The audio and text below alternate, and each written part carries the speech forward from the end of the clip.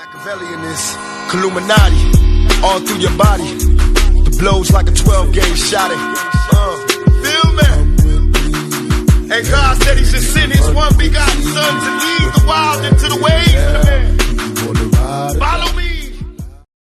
Yo les postos, c'est Sacha, bienvenue dans cette nouvelle vidéo Mercato et actualité du football. Et on commence avec notre ami Neymar, voilà, les Espagnols et les médias recommencent. Et Neymar sort WhatsApp, le Barça s'excite. Et le FC Barcelone s'en est encore remis à Lionel Messi pour s'imposer dimanche soir. Mais le retour de Neymar est toujours souhaité et la star du PSG semble toujours très attentive à la situation, d'après les médias espagnols. Malgré un match pas emballant, la première sortie du FC Barcelone version Quique Setién s'est conclue par une victoire contre Grenade avec un but signé de l'inévitable Lionel Messi. Malgré une possession supérieure à 80% de possession de balle, ce qui est ahurissant, le Barça semble toujours dépendre de sa star et Josep Maria Bartomeu est bien conscient que Lionel Messi ne sera pas éternel. C'est pour cela que le cas Neymar suscite toujours aussi de passion du côté du club catalan. Les moindres faits et gestes du joueur brésilien du Paris Saint-Germain étant interprétés, c'est le cas ce lundi puisque pour une fois, c'est pas Mundo Deportivo, c'est pas Sport, mais El Confidenciale qui affirme que Neymar porte une attention très spéciale à l'actualité récente du FC Barcelone.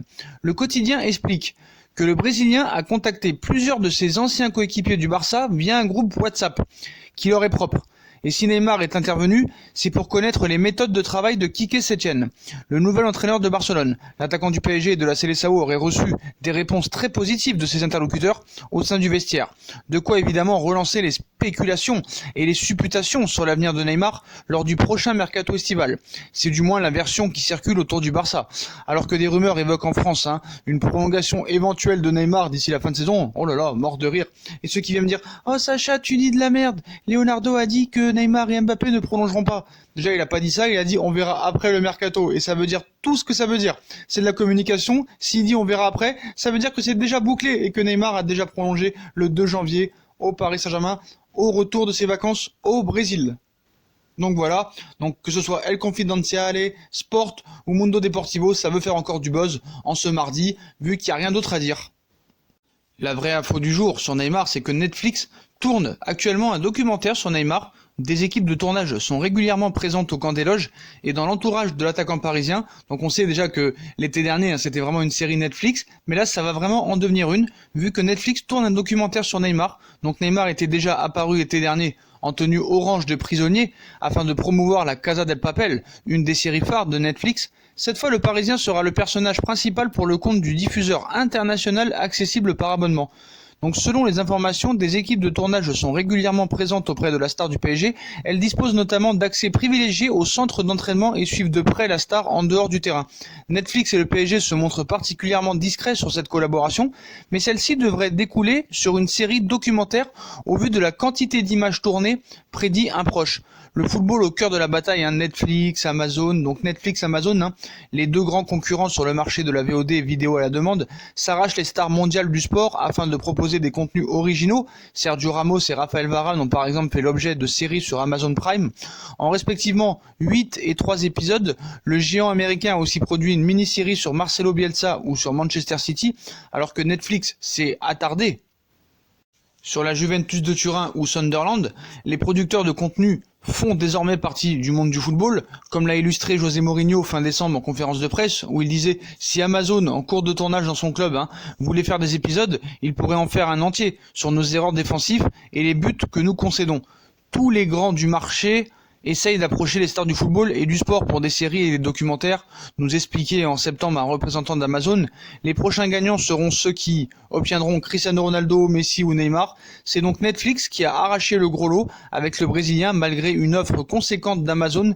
Netflix ne nous a fourni aucune confirmation ni information à propos de la date de sortie de ce documentaire événement qui devrait arriver prochainement, bien sûr, après le tournage. Voilà la vraie information sur Neymar et c'est pas le retour au FC Barcelone. Et on passe au clash du jour entre Dembaba et Sadio Mané, ou plutôt Dembaba qui a dit que voilà, Lionel Messi était 10 fois plus fort que Sadio Mané, mais quand même il a commencé à dire que Mané méritait quand même plus le ballon d'or que Messi en 2019. L'ancien attaquant de Chelsea pense que son compatriote aurait plus mérité le Ballon d'Or que la star argentine au vu de son année exceptionnelle. Le vote du Ballon d'Or 2019 a toujours été injustement favorable à la star barcelonaise Lionel Messi. C'est en tout cas ce qu'estime Dembaba, l'ancien attaquant de Chelsea, qui affirme que son compatriote Sadio Mané aurait été un vainqueur plus méritant. Lionel Messi évoque son admiration pour Sadio Mané, mais le clash quand même. La star sénégalaise de Liverpool a connu une campagne 2018-2019 impressionnante et qui a débouché sur une couronne continentale et le titre de meilleur réalisateur de la Première Ligue. Mané n'a cependant pu terminer que 4e du classement du prestigieux Ballon d'Or, malgré la victoire en Ligue des Champions, en Super Coupe d'Europe, en Coupe du Monde des clubs, meilleur buteur de Première Ligue, plus finaliste de la CAN. Mané n'a cependant fini que 4e, et Dembaba pense que son compatriote aurait été ignoré même si ses statistiques auraient été échangées avec celles de Lionel Messi, arguant les meilleurs honneurs individuels étant devenus plus qu'un concours de popularité qu'un reflet de la forme affichée pendant l'année. Il va un petit peu loin en continuant à dire que l'ancien attaquant des Blues a déclaré à The Independent ce qui suit à propos de celui qui a été récemment désigné joueur africain de l'année. Il cite « De nos jours, nous parlons tellement de statistiques, je pense qu'il avait les statistiques individuelles et collectives pour remporter le Ballon d'Or. J'ai toujours dit que si vous échangez les statistiques de Sadio Mané en 2019 avec celles de Lionel Messi l'aurait quand même gagné. Même avec moins de buts, le fait que Mané ait remporté la Ligue des Champions, la Super Coupe d'Europe, il a joué une saison incroyable et terminé meilleur buteur ex-aequo en Première Ligue. C'est fou, il n'y a pas que cela. Il a aussi été décisif dans tous les matchs, je pense qu'il aurait dû le gagner. » Donc Dembaba a ajouté « J'ai eu cette conversation avec beaucoup de joueurs, ils disent oui mais Messi est un meilleur joueur. Bien sûr, tout le monde le sait, même Sadio Mané. S'il vient me dire qu'il est meilleur que Lionel Messi, je le giflerai et lui dirai « Tais-toi garçon et assieds-toi ». Mais en 2019, selon moi, il a eu une meilleure saison. Mais je voulais revenir un petit peu sur ces propos de Dembaba sur Sadio Mané. Quand on regarde vraiment, on se dit quand même, c'est de l'amusement. C'est de la taquinerie, il charrie. Mais quand même, quand il dit « J'ai eu cette conversation avec beaucoup de joueurs, ils disent oui, mais Messi est un meilleur joueur. » Bien sûr, tout le monde le sait, même Sadio. S'il vient, Sadio, et me dit qu'il est meilleur que Lionel Messi, je le giflerai et lui dirai « Tais-toi garçon et assieds-toi ». Donc je sais pas s'il y a un petit peu de jalousie, je pense pas, c'est pas le genre de Dembaba.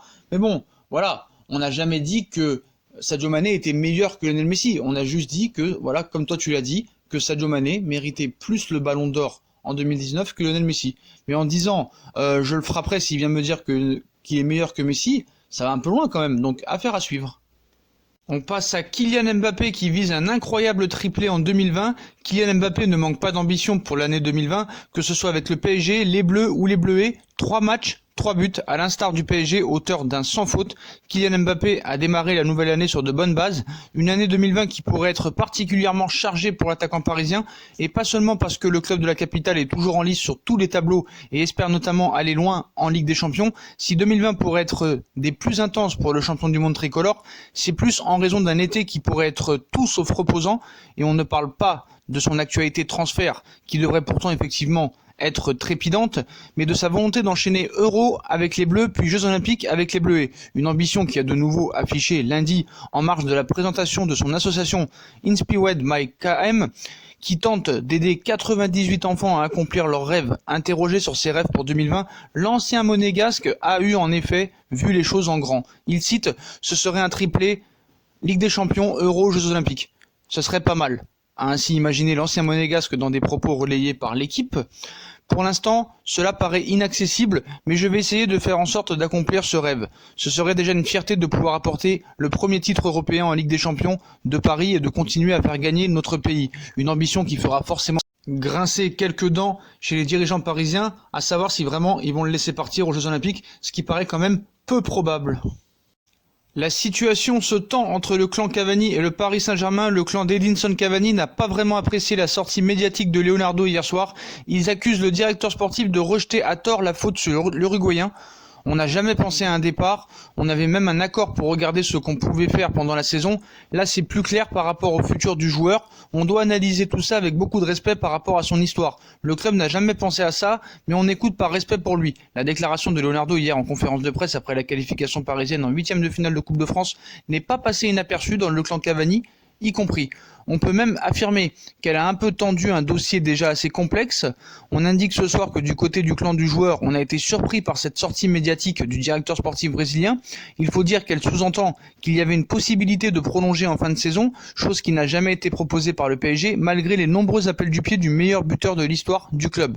L'Atlético ne mettra pas plus de 15 millions d'euros. Leonardo n'a qu'un seul but dans cette stratégie, celle de reprendre la main dans ce dossier. Il rejette ainsi la balle dans le camp d'Edinson Cavani, et un peu la faute sur lui en l'accusant de vouloir partir à tout prix dès cet hiver, alors que de grandes échéances arrivent et qu'il ne lui reste que 6 mois de contrat. Ainsi le joueur a la sensation d'être un peu le dindon de la farce. D'une part, il comptait initialement aller au bout de son contrat, et surtout que, comme le précise un certain média, c'est Leonardo qui aurait contacté le premier l'Atlético Madrid à la fin de décembre pour connaître leur position. Depuis, les Colchoneros ont bien fait une proposition de 10 millions d'euros qui a été refusée par la direction parisienne. Face à leurs finances qui sont loin d'être extensibles après un mercato estival ambitieux, ils hésitent à revenir à la charge et n'aligneront pas plus de 15 millions d'euros, croient savoir certains médias. Il faudra faire vite car le marché des transferts ferme ses portes dans 10 jours maintenant et le PSG aura lui besoin de temps pour se retourner afin de trouver un nouvel avant-centre. Le feuilleton est sans doute loin d'être terminé, surtout que Manchester United est venu se renseigner aussi pour Edinson Cavani. Solskjaer apprécie beaucoup Cavani, donc vraiment ça va être le feuilleton de la fin de ce mercato d'hiver. Le Paris Saint-Germain et Leonardo suivent toujours de très près Sandro Tonali. Il y a une nouvelle réunion au sommet qui pourrait avoir lieu. La Juve et l'Inter de Milan aussi sont sur les rangs. Donc Sandro Tonali figure sur les tablettes du PSG et de la Juve, entre autres, pour devancer ses concurrents. Fabio Paratici, coordinateur technique des Nerazzurri, aurait organisé une réunion avec l'entourage du jeune Italien. Paris Saint-Germain n'a pas dit son dernier mot, Leonardo le veut absolument, mais Paratici serait passé à la vitesse supérieure pour Sandro Tonali, très performant sous les couleurs de Brescia. Le milieu de terrain de 19 ans aurait tapé dans l'œil de Leonardo, on le sait très bien. Toutefois, le directeur sportif du PSG devra se frotter à plusieurs cadors européens pour le recrutement de Tonali, parmi lesquels United, City ou encore l'Inter et la Juve. Comme on l'avait révélé il y a quelques temps, Sandro Tonali privilégie un départ vers Milan ou côté de Turin. Pour prendre les devants, les Nerazzurri auraient déjà lancé les grandes manœuvres avec l'international italien. Il y aura une rencontre entre Paratici et le clan Tonali. La Juve serait désormais en pole position pour Sandro Tonali, à en croire le média transalpin Calcio Mercato. Fabio Paratici aurait organisé une rencontre avec l'entourage du joueur, alors qu'il ferait de Sandro Tonali une priorité au milieu de terrain. Le coordinateur technique de la Juve aurait prévu de lâcher 50 à 55 millions d'euros, bonus compris, pour convaincre le président de Brescia, Massimo Cellino. Ce que je comprends pas, c'est que la Juve a beaucoup de joueurs sous contrat, a beaucoup de milieux, a beaucoup dépensé, donc je vois pas comment ils peuvent faire. Ils viennent d'acheter encore un joueur de Parme à 35 millions d'euros qui a été prêté dans la foulée à Parme. Et voilà, est-ce que le fair play financier favorise la Juventus de Turin parce que Paratici fait partie de l'UEFA? À voir, mais vraiment, voilà, il y a beaucoup de joueurs sous contrat à la Juve. Ils ne régressent pas et ils accumuleraient encore des joueurs. Beaucoup de millions dépensés, donc voilà, la Juve a le droit de faire ce qu'il veut, le Bayern, le Barça et le Real, et ben, sur Paris, reste dans les clous du fair play financier. On fait un point sur le cas Paqueta, qui est parti pour rester, alors que le PSG s'est montré intéressé par son profil ces derniers mois. Lucas Paqueta devrait finalement rester au Milan AC cet hiver. On a fait le point sur ce dossier et explique que le milieu de terrain brésilien va probablement rester en Lombardie pour une raison très simple. Aucun club n'est prêt à offrir les 35 millions d'euros réclamés par les dirigeants rossoneri. Paqueta ne débarquera pas au PSG cet hiver, sauf improbable retournement de situation. Voilà, félicitations Leonardo, 35 millions d'euros pour un joueur qui ne joue pas. Ça ne valait pas le coup. Et on finit par une info à l'étranger. Van de Beek dément avoir signé un contrat avec le Real Madrid. Ce dimanche, l'Ajax d'Amsterdam a disposé du Sparta Rotterdam 2-1 dans le cadre de la 19e journée de l'Eredivisie. À l'issue de la rencontre en zone mixte, Donny Van de Beek, auteur de l'ouverture du score, a nié avoir signé un contrat avec le Real Madrid. Le milieu de terrain ne veut pas non plus choisir entre les Merengues et Manchester United. Il cite « Je ne veux pas choisir ». Les deux sont de grands clubs, donc l'Ajax ne s'en séparera certainement pas dès cet hiver, mais quoi qu'il en soit, l'été prochain, je pense que Van Beek pourra quitter l'Ajax pour le Real Madrid. Donc voilà les postos, comme d'habitude, si on a kiffé la vidéo, dites-moi en commentaire ce que vous avez pensé de toutes ces infos mercato, puis comme d'habitude, on like, on partage, on s'abonne, on active la petite cloche pour avoir les notifications et recevoir les vidéos. On nous suit sur nos différents réseaux sociaux, Instagram, Facebook, Snapchat, Twitter, ainsi que sur Utip si vous voulez évoluer la chaîne en regardant les pubs gratuitement ou en faisant un petit don. Voilà les postos, je vous souhaite à tous une très bonne vidéo et à très vite pour une nouvelle vidéo les postos. Tchuss.